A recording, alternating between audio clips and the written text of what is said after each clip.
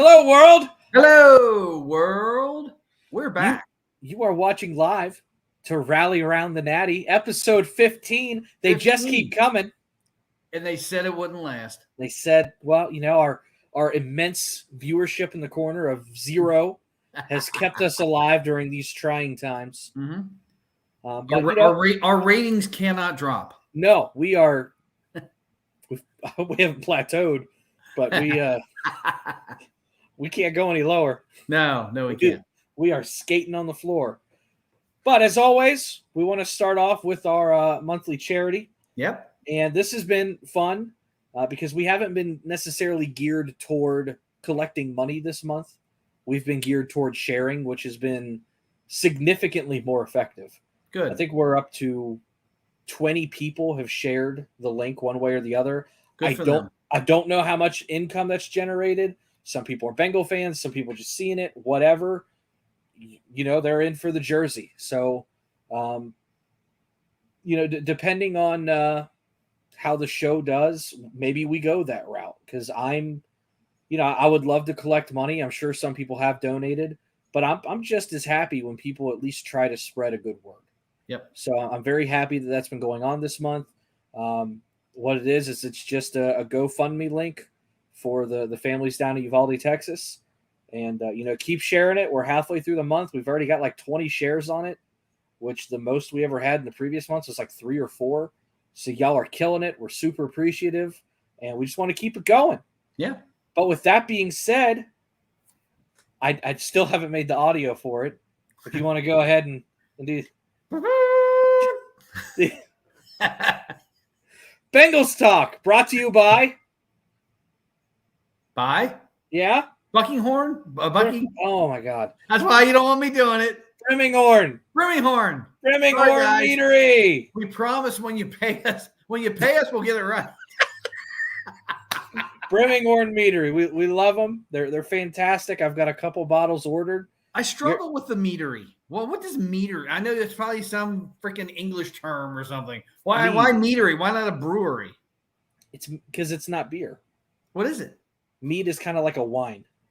Mead-ury, not meat-ury. No, M-E-A-D? Yes, you don't even know who our sponsors are. I don't. Yeah. I don't know what. I don't know what meadery is. I'm sorry.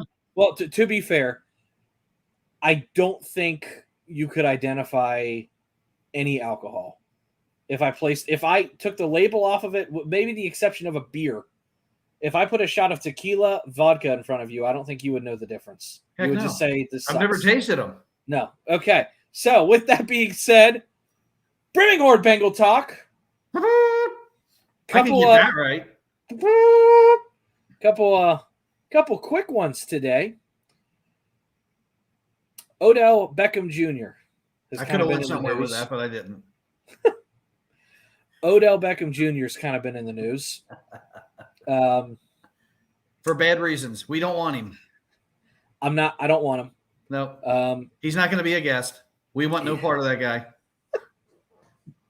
This all started because he commented on an Instagram post of Joe Burrow. Burrow. That's all it takes anymore. A free agent receiver. Guys, they both went to LSU. They're probably friends. Most of these guys are. Put aside your fanship rivalry hate. Most of these guys are pretty good friends. Sorry about your luck. But no, I don't want Odell here, man. We've been down this road before. I understand he's productive. I get it. But here's the deal. And I know there's people that are close to him that say he's not a problem. I know there are people that swear up and down that it's just been some bad situations he's in. Look. Yeah, it's all in our heads. But I'm not even going to go that far. I'm just going to say, look, everywhere he's been, there's been a problem. Absolutely. The only place that there wasn't a problem was the Rams. And that's because he was there for half a year. You give him another year or two in LA, something will happen. It blew up on him in the New York area. It blew up on him in Cleveland where there's no media. And it would have blown up on him in LA if he'd have stayed long enough. But he was only there for a little bit. He's going to change his name to Idell at some point. Yeah, I mean, he's another individual, and we've seen the T. Ocho show. Yeah. He does not fit the Zach Taylor culture. Leave it at that. Yep. Let's move on. End of conversation. Done with him. Joey B in the news today, and I'm not going to talk about his gun violence thing. No. Like, I don't really care about that, man. Like, he's got his opinion. He's allowed to. Move on. Don't like it. Don't listen. He's trying to get his gun, though. He's trying to get his safety. He's trying to get his safety back. Gun. Came out today and said, his play on the field speaks its worth for the check. His play in the locker room presence speaks its worth to cut him a check. He didn't come out. Most guns have a safety. Most guns have a safety. Yeah. He didn't come out and directly say pay the man, but Joey B gets what Joey B wants. That's kind of the way it looks right now. And until that plan doesn't work, keep going. You know what, Bengals? He kind of puts you on the hot seat. He's done this before. He hasn't necessarily been as outspoken about it. I don't think he was as public with the Jamar Chase stuff because he was a rookie, but he wanted Jamar Chase. His guys stay. He gets his guys, they stay. He recruits his guys, they come in. Just give him what he wants until he proves that it's not working. And you've got a quarterback clamoring to sign defensive players. You don't see that very often. Right.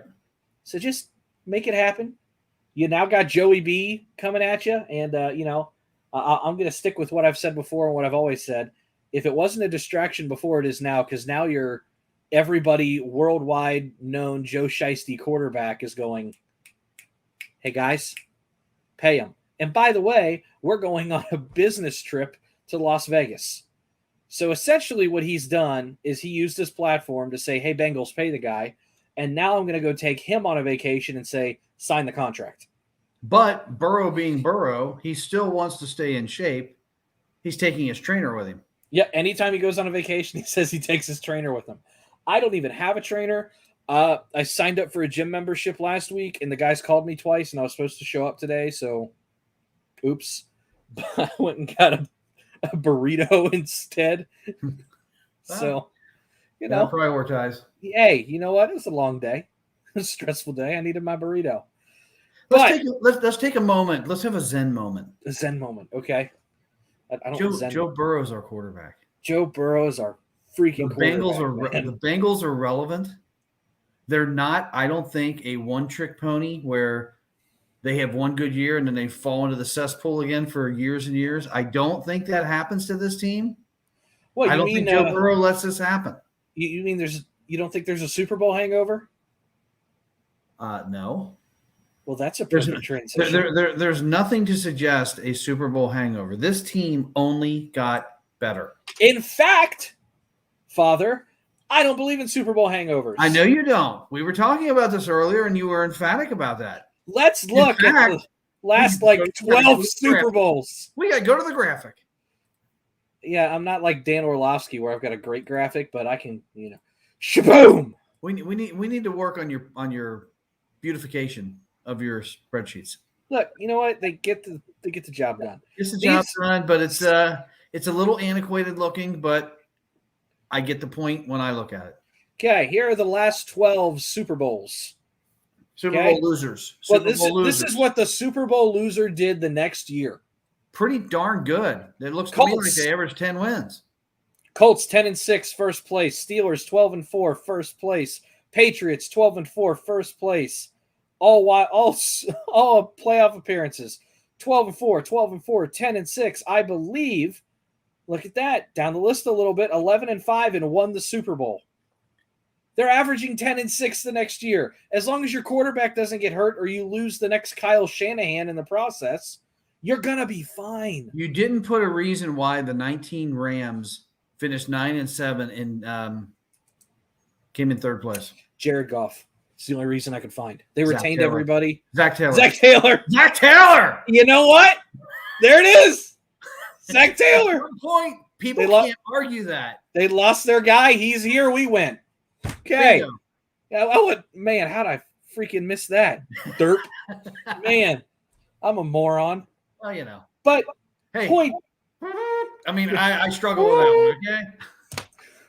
Point being, with the three teams that fell apart due to their quarterback or their coach leaving, they averaged 10-6 The Bengals have retained everybody. They didn't lose a coordinator. They didn't lose their quarterback. The only thing that would mesh with this if the Bengals didn't go to the playoffs, knock on wood, would be an injury. And by the way, in the last 12 years, if you lost the Super Bowl, there's a 33% chance that you get back at some point in the next 3 to 4 years. Four teams went back. Let me interject something here. To me, it's not going to be earth-shattering if the Bengals don't make the playoffs. No, shit happens. The AFC is loaded as I've ever seen it. It's the most loaded conference. We basically NFC or AFC. We basically tied with Baltimore, and they didn't have their quarterback the last half of the year. Let's be honest. They did not have Lamar Jackson. Nope. They probably would have won a couple of those games because he's a damn good athlete. And as much as Bengal Nation, especially on Facebook, and some of you on Twitter don't want to hear this, we were a half a game better than the Steelers. Sure. And they had a freaking corpse of a quarterback out there. You know, it's what you got to hope is that the Bengals can still win the tight games, but they can't have as many oops like they had against the Browns and they had against the Jets and they had against the Bears. Maybe you can lose one of those. Right. You can't have 3 losses against those freaking just cesspool teams. You can't. No, you got to bury them. You can't. But what I wanted to show is that for anybody that says, oh, there's a Super Bowl hangover, they won't get back. You know, only 3 times in the last 12 years has the team that lost the Super Bowl not gone back to the playoffs. And I believe in 4 of those 12, the team made the Super Bowl again. Got there. Within 2 years. Right back. Yeah. Right back. The Patriots went to 4 of them during that period, but they didn't lose until like the 3rd or 4th one.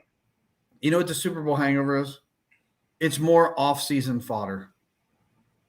That's all it is. It's just talk. Yep. But that was your Brimminghorn Bengal talk for the day. With a D. Non-alcohol. I'm all over it now. Well, it is alcohol, but I thought you said it wasn't alcohol. No, okay. It is alcohol. It's wine. All right, freaking, it's wine. All right, they are good. I'm getting canceled off the show. It's going to wind up being Rally Around the Natty with Santori, whoever he is. Okay. So we'll stop sharing this screen now, and we'll go on to the next one. It is time for your Reds Week in Review. Bum, bum, bum. Bum, bum, bum. You have a much better looking. Well, graphics. I have a much more eye-pleasing chart, but I don't like what the chart tells me. I got to get that open with thing off of there. How does that work? Get out of here. Just click on it. Click in the middle of the screen. I did. Nothing happens. Well, there you go. There you go. Oh, you just stop touching. I don't know what to do. Start talking. Maybe it'll go away. Go away. Move your mouse off the middle of the screen. If that's where it's at. Oh my God. Can I do this? Oh God, this is closed. Ah! Oh, look at Ticketmaster, Kevin Hart. For those of you that don't look at that name. Let's try this again. Jesus Christ. How do we get rid of open with? We tell our techie callers, our techie fans to Haas! Help! Where you at, Haas? Oh my God. Okay, anyway. Go for it. Let her rip. The hitting doesn't look bad. Well, let's go back to what I said last week when for 1 week everybody had a good feel for the Reds. A good, hey, here they come, all that bullshit. Mm-hmm. I'm sorry, bullcrap. Whoa. I'm looking at the wrong week. Never mind. As I said last week. The previous week. What? I was looking at the week on the left. I was like, well, it doesn't look that bad. Yeah, that's back when we were unconscious. That's when we were competent. Yeah. Uh-oh. But as I mentioned last week, because you brought up the question, can this team make the playoffs? Can they somehow rise from the dead? Or somebody asked the question. Haas asked it. I did not. I have been very outspoken about that. My answer to that was they don't have enough hitting and the back end of the bullpen is going to kill them. Let's take a look at what happened June 8th to June 13th. They won 2 out of 4 games. Look at how the hitting fell off. Look at the slugging percentages, which is what I focus on in this graphic. You had 4 people over 667, not one in this last week. For reference, Major League average on slugging percentage is just a tick above 400. So you've got a couple guys at average, one guy doing well, and the next guy. You look at the RBIs, which is, again, my old school way of looking at things. We had a 10 and a 7. What do we have this week? 3-3-3-2. If you don't score runs, you better pitch tremendous baseball. You go to the starting pitching. The strong suit of the Reds is their starting pitching. And that's, to me, it's still somewhat flimsy. But if you look at their starters, again, last week, the ERA, they had 2 guys that were under 1. This week, they have 3 guys under 2. And the whip is really, really good and impressive with their starting pitching. Mm-hmm. Unfortunately, you look at the amount of innings those guys are pitching, 5 and 6. That means you got to rely for 3 or 4 innings on that bottom part, which I think the word relief probably needs to be replaced. It's not a relief when those guys come in and pitch. No. Look at those statistics. They each pitched approximately 2 innings. ERAs of 10, 8, almost 12, or 11.5, and almost 8. Look at the whip on 2 of them. Every inning a relief pitcher comes in, they're allowing 3 people on base. Guess what happens at the end of games? The other team has walk-off home runs like Edmund did. They lose games at the end. Games they should be winning, they lose. They had a 7-3 lead in the 7th inning on Saturday, I believe it was.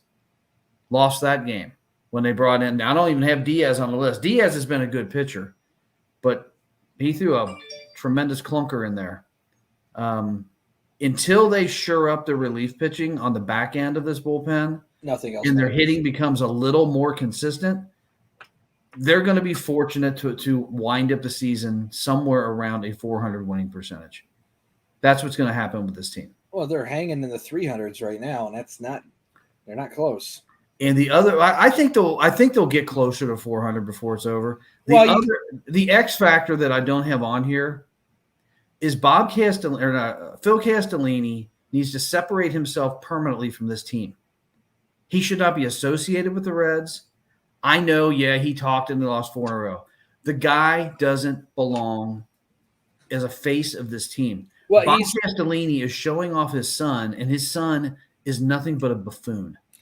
He does not need to be doing this. There's Cincinnati is – it's definitely a big melting pot, but for the most part, it's a blue-collar town in the Midwest.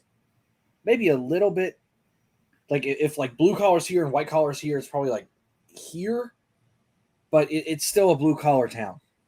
There is nothing, and this probably goes with most people in ownership, but there is nothing about Phil Castellini that meshes – with the history or aura or the town of any of this. He's your typical daddy's money guy. And I don't want to put the whole Castellini family in that. I really don't. No, because I don't think Bob's that way at all. I mean, there's another Castellini that I've had a couple conversations with. Guy's very down to earth.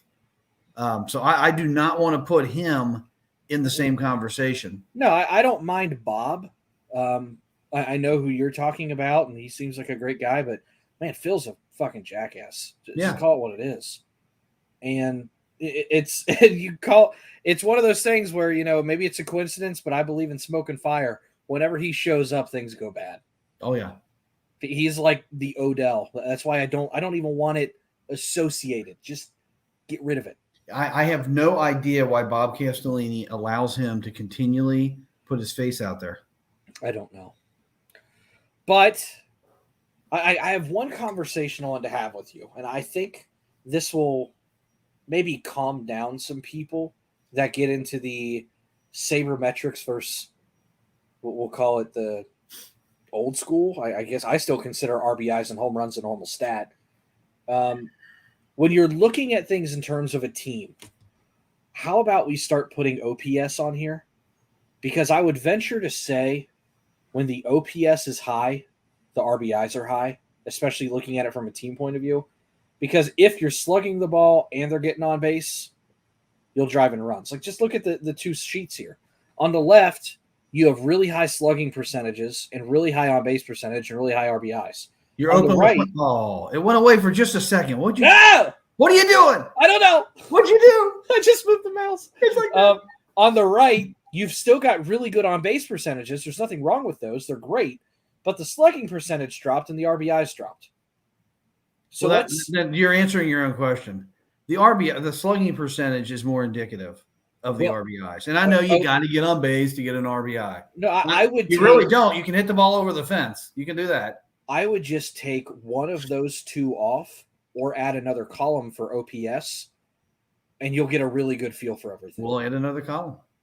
I think that would because I think the RBIs are going to go hand in hand team-wise with OPS, and you could probably get everybody on the same page that way. And probably the other thing I should do, but I really don't want to spend every waking hour of the day on this, I should probably on the headers put what the major league average is for each of those categories currently. Well, so just so everybody understands how we are stacking up. I can tell you what it was last year. I've got a pretty good idea of that. Yeah, it'd be easier though if I just labeled the graphic. Well, I mean, just once it's on there, it's pretty much going to stay true to form. For point of reference, the average slugging percentage is 400. The average on base percentage is about 310. The average batting average is 262. So if your average on base percentage is 310, which Billy Hamilton was 301 and everybody complained about him. Right. And now the average. That's including everybody, you know. Yeah, I know. And the average slugging percentage you said was 400? Yes. That would mean your average OPS is 710. Yeah, it's typically in the high sixes. Yeah, you just add those. You just add those two numbers together. Right. The average typically comes out to like 670 to 700, depending on the year. And then the number that jumps off the screen is anybody that's over a 1. Correct. That's when it really jumps off the screen. Well, because then you're at a 600 slugging percentage, which is really good, and typically a 400 on base percentage, which is really good. So yeah, I mean that's kind of how those numbers work. Yeah. All right. Well, so that was the week in review. 2 and 4. Time out. We got one more sheet to look at for it. Do we have another sheet? I've got something. What do you did something besides football? I did I did the game back tracker. Yeah, the game's back. How they drifted like they drifted like Wilson this week. Yeah, so I don't know if we can see this or not. Did you get the reference? Did you understand the reference? Yes, I did. Wilson! Yeah, that one. Yeah. Okay, so last time we talked, it was the 7th, right? Yes. Something like that. That's why my graphic went through the 7th last week. They have lost a half game on the division. Not terrible. Yeah, but the division is not up for grabs. No, the wild card, which is really not for grabs, but the wild card's the only way you get in. And they're lost 3 games there in 7 days. That's tremendously bad. Yeah. And they lost 2 more games over the last 30 over 500. So they're 2 games worse off today than they were 30 days ago. You can thank primarily the bullpen for that. Primarily. You can thank the lack of offense. Like Castillo gives up 2 runs in the first inning against the Cardinals. Pitches his best game of the year, and they lose 2-0. Yep. Hunter Green seems like every other time he goes out, he's got a 1-hitter through 5, and that guy can't buy a win. I'll tell you what, for as much as we shat on him early. Oh, yeah. And rightfully so. I'll give credit where credit's due, and I will shat when I need to shat. Right. That's just, we'll praise when they're good, and we'll poop when they're bad. People can poop all over me when I do something stupid. I don't care if they say anything good if I do something right. That doesn't happen too often. But it is what it is.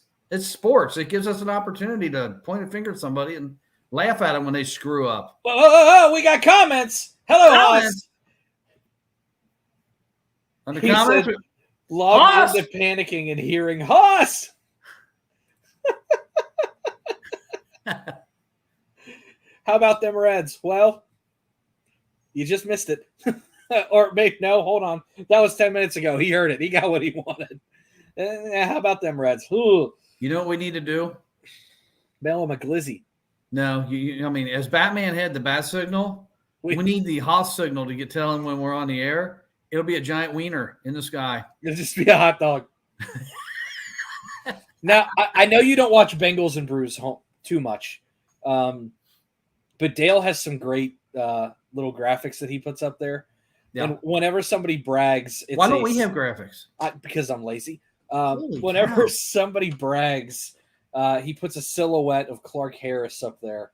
And another word for bragging, just so I can educate you on how millennials and Gen Z works, is called a flex. Okay, I don't even want to know how millennials work.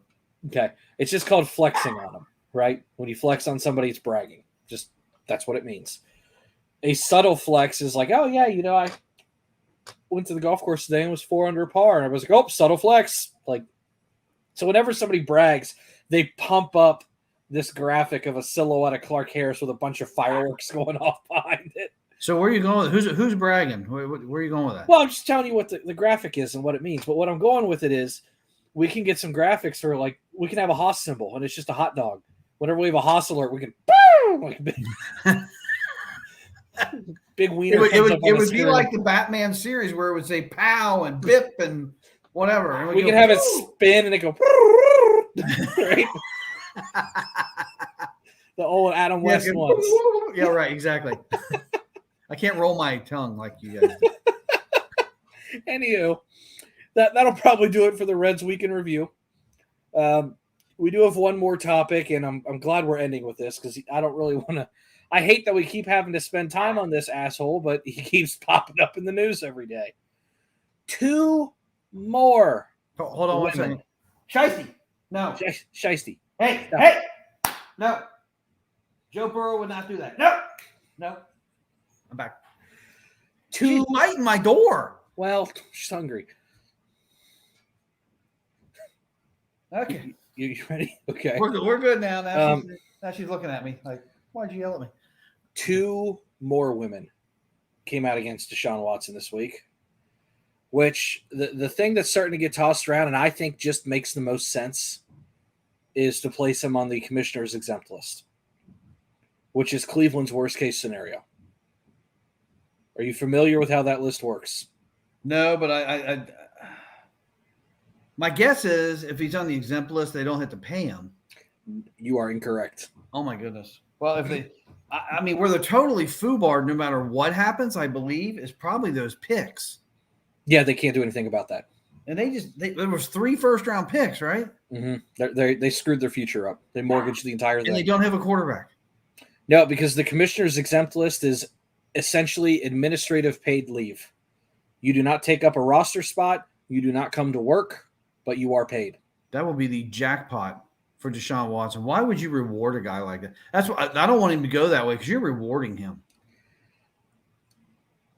Well, here's the deal. If you go that route, you reward him. If you let him off the hook or you let Cleveland off the hook, you reward them. There's got to be an alternative where they just suspend him somehow and he doesn't get his money. I know Cleveland made a major mistake. They really did. Cleveland's kind of screwed anyway because they lost the picks. Yeah, I mean, I blame Cleveland. There's people that go, well, how were they to know? Well, where there's smoke, there's fire. You knew this guy was a bad. But here's the deal. They spent less than 30 minutes with him before a trade, asking him how everything was going. That was their feeling out process. Less than 30 minutes. They did not ask a single one of the women of their opinion or anything that had happened. And there are over 60 documented women. They didn't really try. They met with him. Something happened. Obviously something happened, even if he got acquitted or whatever. Something happened. Cleveland should have just run away. Every NFL team should have run away. They freaking run away from Kaepernick, and all he did was kneel, for God's sakes. Yeah, wherever you stand on that politically, you have to agree that what Deshaun has probably done, I'll leave some vagueness in there so I don't get destroyed with some kind of lawsuit at some point in my life, is significantly worse than anything Kaepernick ever did. Yeah, I mean, man, they just keep coming, though. So I mean, what you can't suspend him for this until the entire thing's over, because what the NFL doesn't want to do is have a double jeopardy issue where, okay, this is over and we've suspended him, and now every week 2 and 3 more women come out, because that opens up a new case every single time. Well, I want just to wait till this whole thing's done. I want to see something happen to the Texans. Oh, they've been listed as a defendant in the lawsuits. I hope these things, at some point come to fruition. I'm still thinking of Daniel Snyder with Washington and what they were doing with the cheerleaders. When is that going to finally? I mean, what are they waiting for? I think the NFL is waiting for some sign that these things really didn't happen, so they can keep their shield shiny. From what I've been told, they're still investigating all that stuff, and it all keeps going back to those Gruden emails. They're not done with all that yet. They're still going. There's so much shit that they have to shovel through, and unfortunately, they probably want it on the wraps and hush-hush because it's probably really, really bad. Not like take the league down bad, because I don't think anything can take the NFL down, quite honestly. No, nothing will take the NFL down. I don't know. They could call it due diligence. I think the NFL is trying to find a way to make themselves not look so bad. So they're dragging this thing out until they come up with the proper spin. Well, you drag it out, people forget about it, you put the right spin on it, and it's in the news for a month, and then it's gone. I mean, again, I don't want to bring up one of the worst things in my sports lifetime with Pete Rose back in 1989. That only took him 4 months to have a 4,000-page Dowd report or whatever that thing was, right? Because Major League Baseball was never going to look bad in that. Well, it was all on Pete, so nobody was coming up with a spin. And not that we're here to just open wounds, but I mean, how long did the Victoria C thing take? I know. I was thinking about that too. That was quick. Well, that's because she got paid off. Right. Bengal players paid her. But still, I mean, these things can go quick. When they get drug out like this, it tells me. And that was only one girl. True. I guess there's a lot less to investigate when there's only one person, but one person, one night, one terrible night, and yeah. But we'll move on from that. Yeah, we'll move on from that one. But with Deshaun, I think the only thing you can do is put him on the exempt list. Just you got to wait till all this stuff's figured out before you can do anything. I think that's what's going to happen, and the Browns are going to have to pay him the $1 million this year, which, whatever, that's a sneeze, and then the 46 every year that this is still going. Things like this can last years. I mean, he might not ever see a field again. He could be on that exempt list for 2 years. I don't think he should see a field again. If he's truly done what he's done, no, he should just be in prison. He's done something. We know he has done something. He has to have at this point. I mean, if in fact that hush money was out there, if there truly were non-disclosure documents, there's something going on. There's something there. I mean, there's always something there. It's a matter of how good your attorneys are. You're spending a lot of you're spending a lot of time, effort, and potential money to cover something up that didn't happen with $100,000 payoffs per person and non-disclosure. I just can't believe Cleveland opted to put themselves in this situation.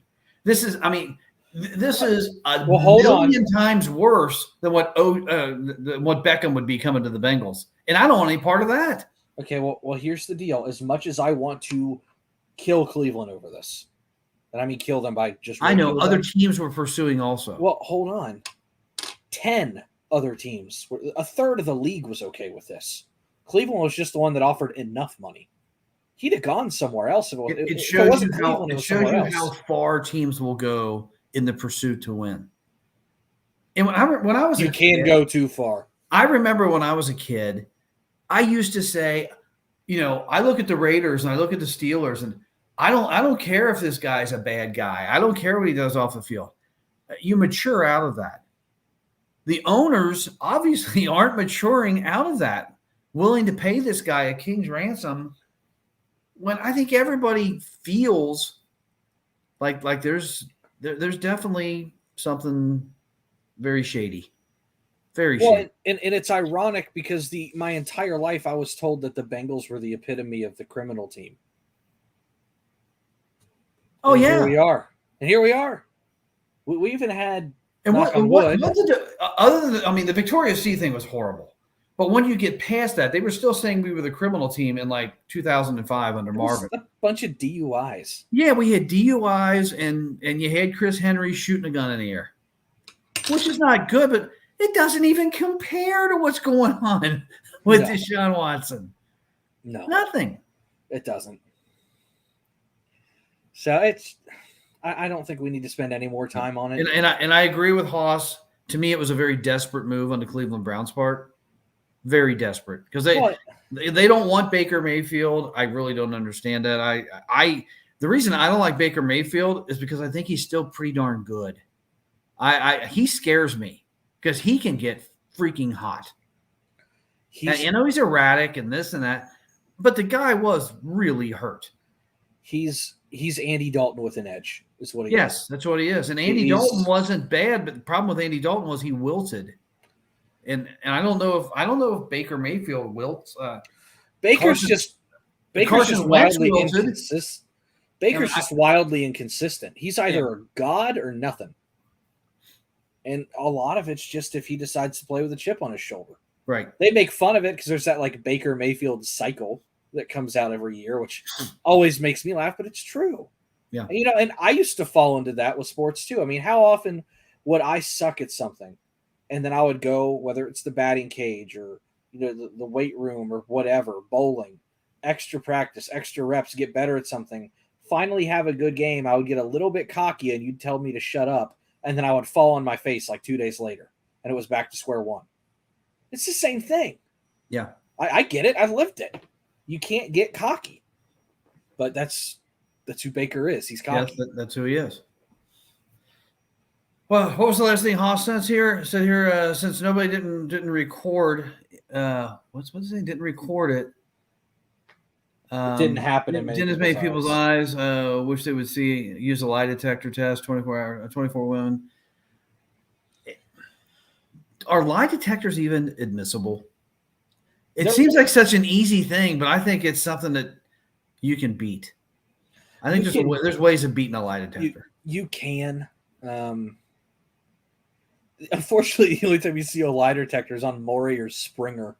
So it's like, how accurate is it if Jerry Springer's just getting a bunch of, call it what it is, trashy people riled up all over some bullshit.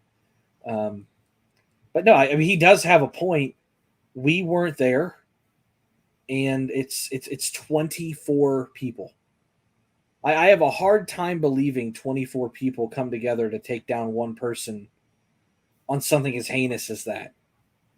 The thing is, I'm surprised that I think you could set him up. He's going to do it again. Oh, he's a serial offender. Yeah. Somebody's going to have hidden cameras in there. Somebody's going to nail him to the cross. So that's what's going to happen. Here's the thing. Killers don't stop killing. Yep. Kleptos don't stop stealing. Mm-hmm. Whatever it is, because what it is, it's an addiction. Yep. Whatever he's got going on, it won't stop until someone forces it to stop. And unfortunately, the only person that can force something like that to stop is yourself. It's going to happen again. It's a matter of time. Whether it happens tomorrow or 40 years from now, there's going to be somebody who just doesn't know who he is. And that's where it's going to be a problem. That would be so hard to believe that anybody in that field, because this is the most, I guess the biggest spotlight I can ever remember in my life being on that field of work, being a masseuse. National news, it's ongoing. I mean, if you're a masseuse, I mean, that's all you're talking about. Probably. I mean, if something happened in our line of work that doesn't get a lot of national notoriety, we would be talking about it. We'd be aware of it. Probably. But, there's people that live under a rock. Look what happened here. A shiesty sighting.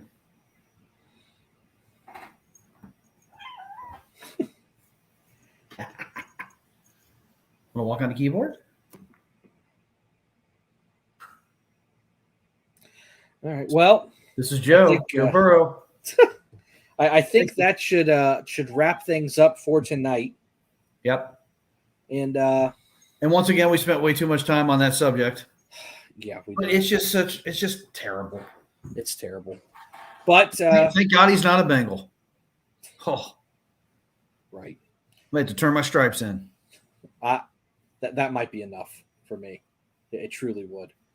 But with that being said, we hope everybody has a great night. We'll be back at some point next week, depending how my stomach's feeling. And we'll leave you with a big old hooday. Hooday! And good night.